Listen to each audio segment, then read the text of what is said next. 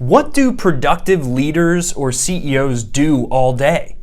In this video, I'm going to give you 4 tips based on a Harvard study of 60,000 hours of research on how to become a better leader in your business by studying the greats like Harvard did in this study. So I'm going to set the stage regarding the study on Harvard, not on Harvard, Harvard did. $13 billion was the average revenue of the companies studied. Okay, they studied the CEOs of an average of $13 billion in annual revenue companies. 27 CEOs were tracked. 2 of them were female, 25 were male. And they tracked it in 15-minute increments. Okay, watch this. 15-minute increments, 24/7, 90. So 90 days, 15-minute increments, everything was tracked. And the results are mind-boggling, and we can take so much away from people running big companies and actually bring it back to our business, whether we're running a small business, a medium-sized business, or learning from people who are at your level if you're running a multi-billion-dollar company. So the average CEO in this study, now keep in mind, these CEOs aren't average. You don't run a $13 billion company being average. But regardless, 9.7 hours per weekday was their average hours of work per weekday. So that in and of itself, I'm going to be reflecting on all these stats. I have notes down here, so I'm going to be looking down. 75% of their day was scheduled in advance, 25% unscheduled. Okay? So they're working almost 10 hours a weekday, and 75% of that is scheduled. So what's that mean? Well, that means that 7.5 hours of their day approximately is scheduled, which for a layman, who's working 8 hours, that would be 99% of their workday or whatever. That is a large amount of scheduled time. So they're definitely intentional, but still 25% is also substantial for unscheduled time. Okay, that means they're remaining adaptable enough to deal with issues. So 25% of the 10 hours per workday that's spent working. Now they also work weekends and vacations, which I'll give you stats on. 25%. Okay, this is tied for the largest percent category. It was spent on people and relationships. Think about that. People and relationships. Okay. The next 25% was spent on functional and business unit reviews. This is more technical facing, right? Thinking through math, thinking through strategy, etc. 16% was focused on organization and culture. 21% was focused on strategy.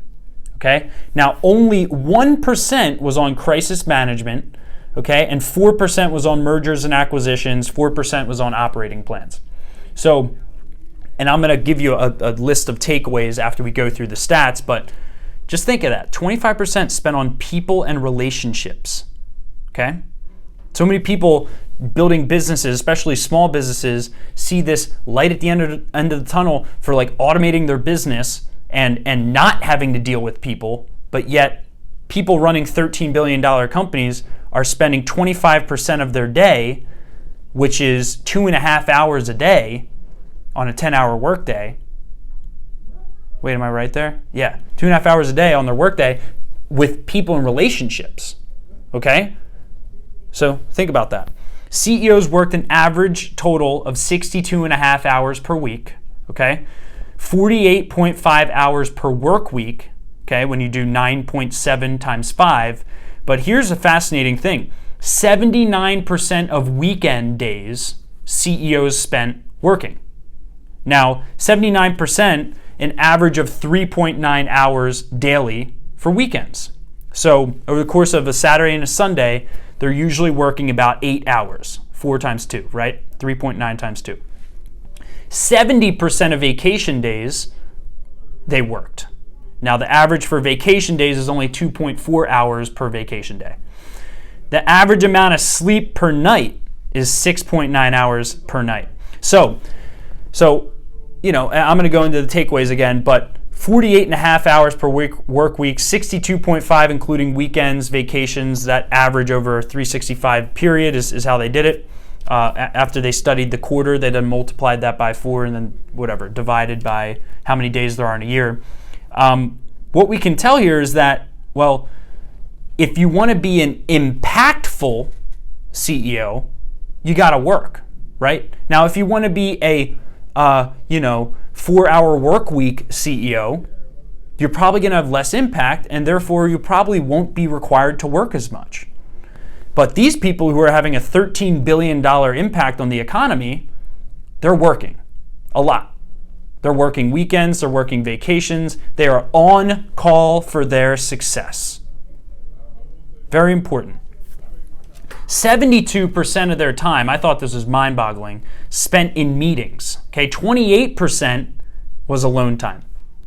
I'm sorry, 72% spent in meetings, 28% alone time. 72% in meetings, that seems like a lot to me. 32% of the meetings lasted an hour. Okay, 38% were longer than an hour. So that's 70% of their meetings were an hour or longer. And then afterwards, they all had to do questionnaires, all the CEOs. Every single one of them, all 27 agreed that every one of their meetings could have been shorter. And they wish they could. They wish that their meetings that took an hour or 90 minutes could have been accomplished in 15 or 30 minutes if the people in those meetings were given a clear need to prepare in advance of the meetings. That was one of the key things found. So meetings could be cut to 30 or 15 minutes, but 72% of their work time was spent in meetings. So in a 10-hour-a-day work schedule, that's 7.2 hours spent in meetings. Now, this next thing is going to be pretty cool. Meetings is a form of communication, so then they broke down their communication habits. 61% of communication that CEOs do, this was mind-boggling, and it ties into the fact that they spend 25% of their time on people and relationships. 61% of CEOs' time was spent face-to-face. Okay, 24% was electronic, like email, and 15% was by phone and letter. I have all my notes written out. 15% was by phone and letter. All the CEOs agreed, okay? Face-to-face interaction was the best way for them to influence, learn what's really going on, delegate, and move forward multiple agendas in a complex environment. Okay, so it was the best way for them to influence, okay, exercise influence, learn what's really going on, okay, not just what people are emailing about what's going on, and delegate, okay? Much easier to delegate face-to-face than sending a summarized packet to someone via email as, here's what I want to delegate to you. A lot less human, okay? And move forward with multiple agendas in a complex environment. Then they had another bullet that it was the best way to support and coach, okay, which ties into influence. So, what can we take away from all this information? Here's what I think we can take away. Tip number 1 is designing precedes doing. So Ray Dalio in his book Principles, he says designing precedes doing when you're in a leadership position, because the impulse is to just do, but when you do, you also sacrifice building your life's work, as Brendan Burchard says, right? You sacrifice the big moves that could solve 1,000,000 to-dos. Okay? So designing precedes doing. Why did I say that? It's because 75% of their days is spent scheduled. 75%. Okay? So they are designing their destiny. Now they have executive assistants who handle their calendar, but you can actually do calendar audits. This is one famous strategy that Brendan Burchard uses when he coaches executives. He does calendar audits. He says, look at your calendar for the last, because a lot of CEOs that he coaches have clear filled calendars. Look at your calendar for the last 30, 60, 90 days. Where did you not need to be? And are you going to keep making that same mistake next month? Or are you going to cut the cord and use face-to-face time to delegate the things that you need to get out of, okay? So designing precedes doing. These people are leading a designed life with their 7.5 hours a day being scheduled, okay? A day. Think of that. Next is work weekends and 10-hour weekdays if you want to be an impactful CEO, right? If you want to have a $13 billion impact on the economy, then stop being selfish about this quote-unquote need for freedom and go and make an impact, right? In the battlefield, where you're making a $13 billion impact on the economy, freedom isn't as important. Impact is more important. Are you on a mission, or are you on a selfish journey of your own freedom? Because these people running $13 billion of revenue, okay, in the economy, they're choosing to work weekends, parts of vacations. They're not following a model where it's all about them and it's all about shutting off. They're on call for success. So you have to give up freedom in some ways to make a lasting impact on the world. It can't be all about freedom. Now, it's important to have freedom, right? You don't want to be a slave to everything that you do, but you have to determine for yourself, do you want to have that big of an impact on the economy? Do you want to employ that many people? Do you want to carry those behaviors with you? Or are you more interested in, automating your life, doing the easy way out, 4-hour work week, whatever?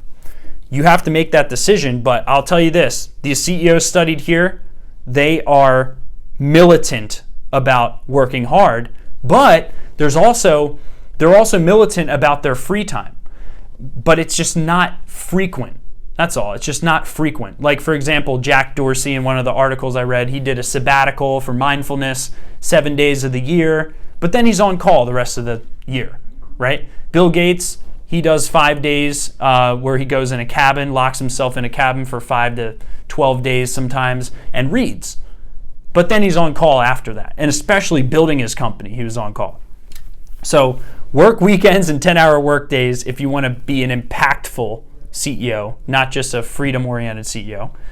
My first one was designing precedes doing. Schedule your life so that you can audit your schedule to improve your life. Number 3, FaceTime matters. FaceTime really matters, okay? If you're not spending FaceTime with your team, there's a problem. So, people, again, they have this is partially why I believe our digital marketing company, the SMB Team, is working, is because I made the conscious decision. I tried the 4-hour work week mentality. I tried that, didn't work. And I said, well, why don't I just do the opposite? Why don't I just go for impact? Why don't I just go for culture? Why don't I just go for being on call for success versus trying to selfishly make it all about me, and have a smaller impact as a result. FaceTime matters because when you're on call, you can't outsource FaceTime, right? You can't outsource influence, coaching, supporting others. That's something where trust is built. And if you study any of these great companies, trust is built from everyone in the company because FaceTime is shared and people look at each other as trench mates versus order-taking vendors, right? So FaceTime matters. These people are spending, 61% of their communication time face-to-face. So that means if next time you think to write an email to someone or you have Slack, get up and go, nope, I'm going to go just talk to them down the hall in my office, okay? So that's number 3, FaceTime matters. Number 4, meetings matter, but they should be shorter. If all 27 CEOs agree they should be shorter, then, but they're not, none of them are saying that meetings should go away, then you can kind of derive, okay, 72% of their work time spent in meetings, well, meetings are important, but they need to be shortened, right? So when you're running multiple facets of a company and you have different departments like HR, marketing, sales, product, etc., meetings are the best way to instill influence on the leaders of each of those departments so that they have clarity as to where they need to go. But meetings don't have to be 90 to 120 minutes long, where the first half is spent as a discovery session as to what is the meeting even about because someone messaged you and said, I want to have a meeting. Or are people coming in with intentionality, clarity as to what they want to accomplish so that they can come out the other end of the meeting successful and feeling like they got a win and the person on the other end of the table got a win? So meetings matter, but they should be shorter, is the fourth takeaway here. So watch this video back. There's a lot of good stats in it on this Harvard study. If you want access to the Harvard study, go to cnbc.com/2018/20, and then it's called Harvard Study What CEOs Do All Day. You can just type in just that on Google, Harvard Study What CEOs Do All Day, and you'll see the study that I'm referring to. Elon Musk is on the top of it. So think through these concepts and bring them back to your business. Bring them back to the leaders in your business. Maybe you're a leader within a facet of a business. Bring this into the business. Push FaceTime, okay? Work hard. Design more than you do, meaning live a designed life, a scheduled life, more than an open-ended, what's going to happen today life. And have meetings to have impact, but also require people to be prepared for those meetings so that you are not wasting your time discovering what the meeting's about in the meeting.